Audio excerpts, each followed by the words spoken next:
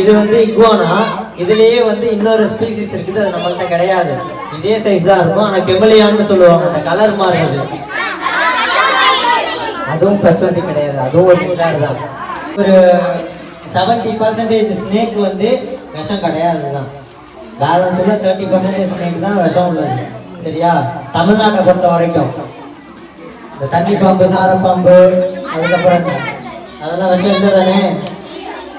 அது மாதிரிதான் இது. மெக்சிகன் பிளாக் கிங் ஸ்னேக் இது. ஆமா, இது கொஞ்சம் வளர்ந்துச்சுன்னா பிளாக் மாம்பா மாதிரியே இருக்கும். பிளாக் மாம்பா தெரியுதுன்னு இருக்கும். பிளாக் மாம்பானா என்ன?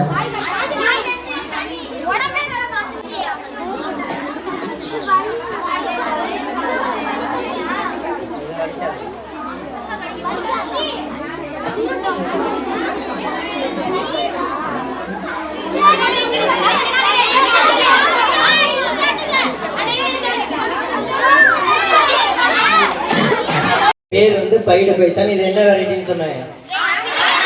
ஆப்பிரிக்கன் வெரைட்டி பைத்தான் இது. சரியா?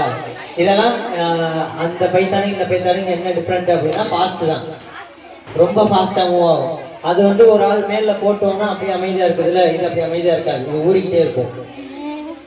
நல்லா நம்மளுக்கு பாம்பு ரொம்ப பிடிச்சவங்க, இந்த மாதிரி கையில ஊறணும்னு ஆசைப்படுறவங்க, அந்த மாதிரி இருக்கவங்களுக்கு இந்த பாம்பு கொடுப்போம்.